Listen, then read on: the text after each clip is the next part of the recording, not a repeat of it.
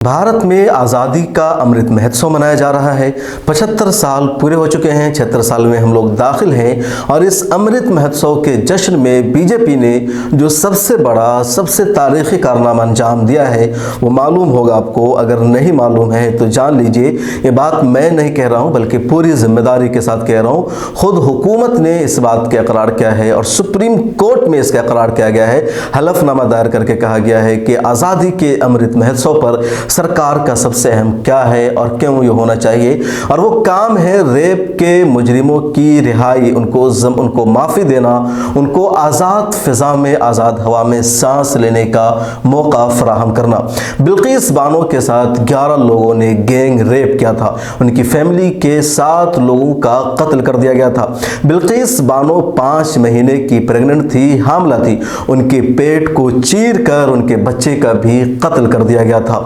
इस जराइम के जो मुजरिमीन थे उनको 2008 में सीबीआई की अदालत ने उम्र कैद की सज़ा सुनाई थी। वो सब जेल में सज़ा काट रहे थे, लेकिन उन लोगों ने जेल में 14 बरस मुकम्मल होने पर ही सरकार से गुहार लगाई कि उनको आज़ाद कर दिया जाए, और उसके बाद गुजरात सरकार ने उन सबको माफ़ी दे दी। उन सबको माफ़ी दे करके जेल से बाहर निकाल दिया। और उम्र कैद के लिए 14 साल जेल में गुजारना काफ़ी है, और 14 साल गुजार लेने के बाद सरकार को इख्तियार है कि उनको माफ़ कर दे और बाहर निकाल दे।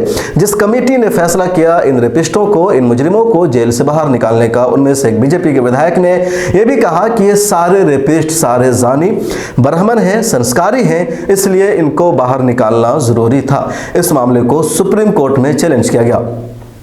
टीएमसी के रुकन पार्लियामेंट महुआ मोइत्रा और एक तरह से एक सीपीएम के लीडर ने सुप्रीम कोर्ट में इस माफ़ी को चैलेंज किया और कहा बिल्किस बानो के गुनहगारों को माफ़ी नहीं मिलनी चाहिए थी, उनको दोबारा जेल भेजा जाए। इन लोगों का गुनाह संगीन है और जिस कानून के तहत इनको माफ़ी दी गई है वह कानून यहाँ पर नाफिज नहीं होता है। सुप्रीम कोर्ट ने गुजरात सरकार को नोटिस भेजा, नोटिस इशू किया और जवाब मांगा कि आपने रेप के गुनहगारों को क्यों रिहा कर दिया है। सुप्रीम कोर्ट में आज जवाब दाखिल किया गया गुजरात सरकार की तरफ से और कहा गया आज़ादी के अमृत महोत्सव के मौका पर इन लोगों को माफ़ करना ज़रूरी था, क्योंकि आज़ादी के 75 साल पूरे हो गए हैं, लोग जश्न मना रहे हैं। और जो रेपिस्ट हैं ये अच्छे ख़ानदान से आते हैं, अच्छी फैमिली से आते हैं, इसलिए सरकार ने फैसला किया इनको बाहर निकालने का। और इससे आगे जो बात जवाब में की गई है गुजरात हुकूमत की तरफ से सुप्रीम कोर्ट में, वो ये है कि वजारत दाखिला यानी मरकज़ी होम मिनिस्ट्री की तरफ से परमिशन ली गई थी इन लोगों को रिहा करने के सिलसिले में, और मरकज़ी वजारत दाखिला ने, होम अफेयर्स मिनिस्ट्री ने परमिशन दी थी कि इन लोगों को बाहर निकाल दिया जाए। चुनांचे वजारत दाखिला की मंजूरी के बाद ही इन तमाम रेपिस्टों को, इन तमाम मुजरिमों को माफ़ी दी गई और इनको जेल से बाहर निकाल दिया गया है। तो सुप्रीम कोर्ट में यह हुआ। इसके अलावा सुप्रीम कोर्ट में गुजरात सरकार ने यह भी कहा कि जिन लोगों ने गुजरात सरकार की माफ़ी के फैसले को चैलेंज किया है उन्होंने कानून में दिए गए इख्तियार का मिसयूज़ किया है, गलत इस्तेमाल किया है। सरकार की तरफ से दी गई माफ़ी को चैलेंज नहीं किया जा सकता है। अब आगे सुप्रीम कोर्ट में क्या होगा, किस तरह की बहस होगी, आने वाला वक्त बताएगा।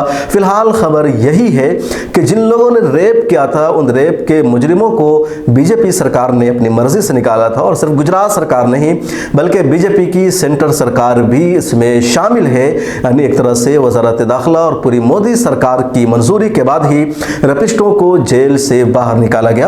अब एक सवाल है कि भारत में कहा जाता है बेटी पढ़ाओ बेटी बचाओ, रेप के खिलाफ सख्त कानून बन रहे हैं, कहीं भी रेप होता है फौरन उसको सजा देने का ऐलान किया जाता है, स्पेशल कोर्ट लगाया जाता है।